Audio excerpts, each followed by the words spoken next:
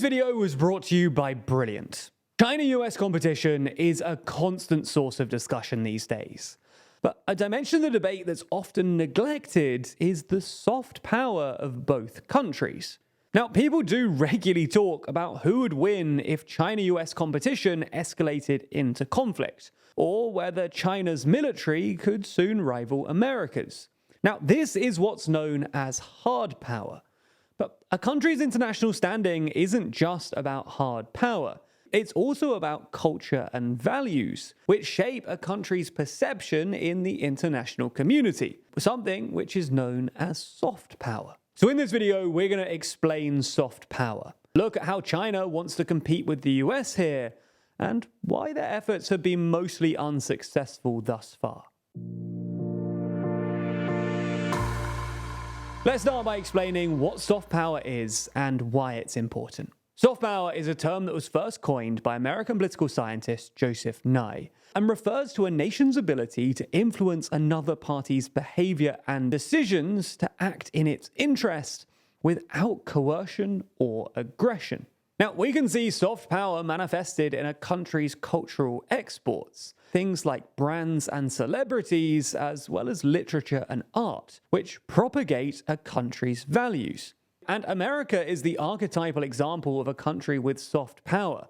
American brands like Starbucks and McDonald's are established across the globe, and American cultural exports like Hollywood films are often world-renowned.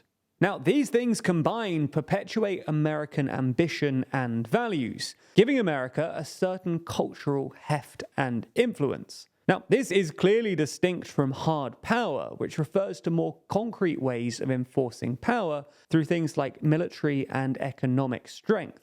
But it is strength nonetheless. Frustrated by America's hegemony here, China has spent the past decade trying to increase their soft power standing too. So in 2010, Chinese officials under leader Hu Jintao identified a soft power push as a priority in its 12th five-year plan, in an attempt to soften its image as a rising threat to global stability. Now, the 2008 Beijing Olympics marks China's arrival on the international stage and preceded an increase in soft power products, which have continued under President Xi. One obvious soft power effort is the Belt and Road Initiative, or BRI. This is essentially a series of infrastructure projects with the intent of connecting Eurasia and Africa, inspired by China's so-called Silk Road. But these projects go way further than just economic investment.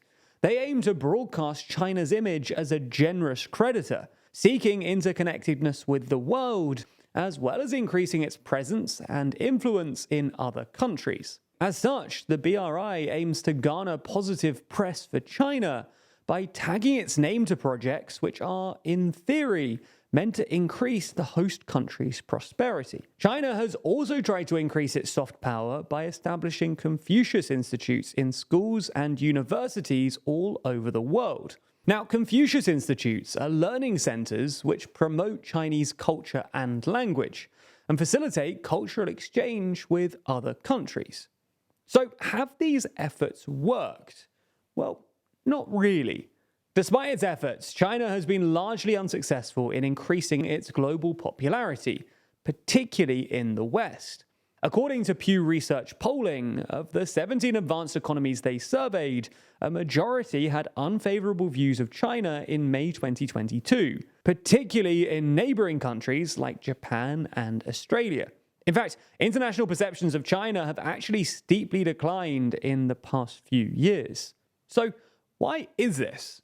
Well, it's largely because China's diplomatic efforts have been overshadowed by international crises, namely the human rights issues flagged in Xinjiang, the handling of Hong Kong protests, the escalation over Taiwan, and China's behavior during COVID. When it comes to the issue of Uyghur Muslims in Xinjiang, China made great efforts to dispel criticism on the matter, but their denials have fallen flat abroad. Meanwhile, the CCP's crackdown in Hong Kong shocked the international community, and its newfound bellicosity over Taiwan isn't exactly helping either.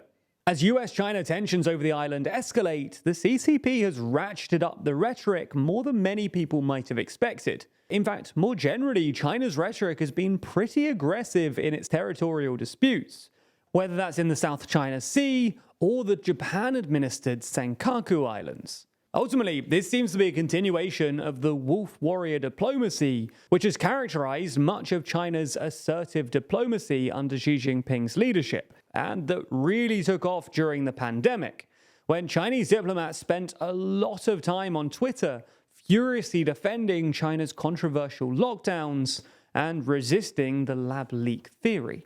You get the idea then. China's soft power efforts have been overshadowed by international crises. However, even China's soft power projects have had their fair share of controversies.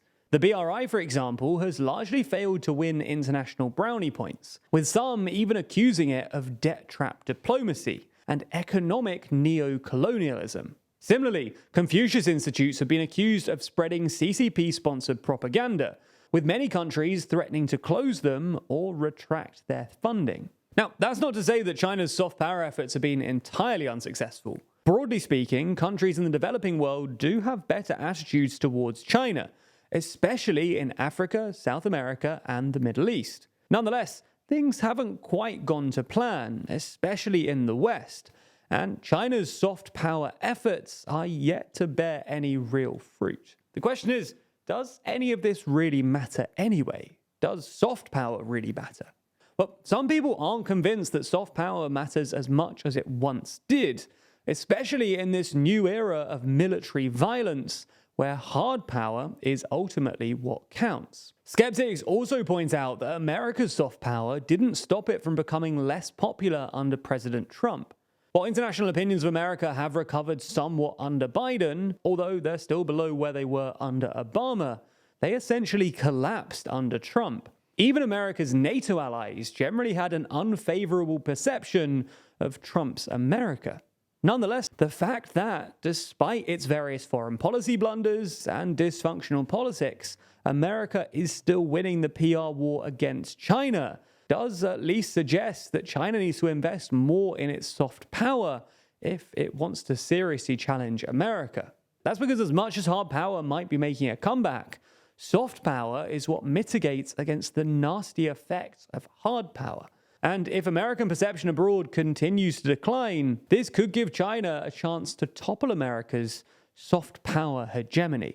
Regardless of what happens though, it's interesting that even as people ostensibly into politics, the TLDR team spends more and more time analyzing data and economic information as it becomes more and more critical to our lives.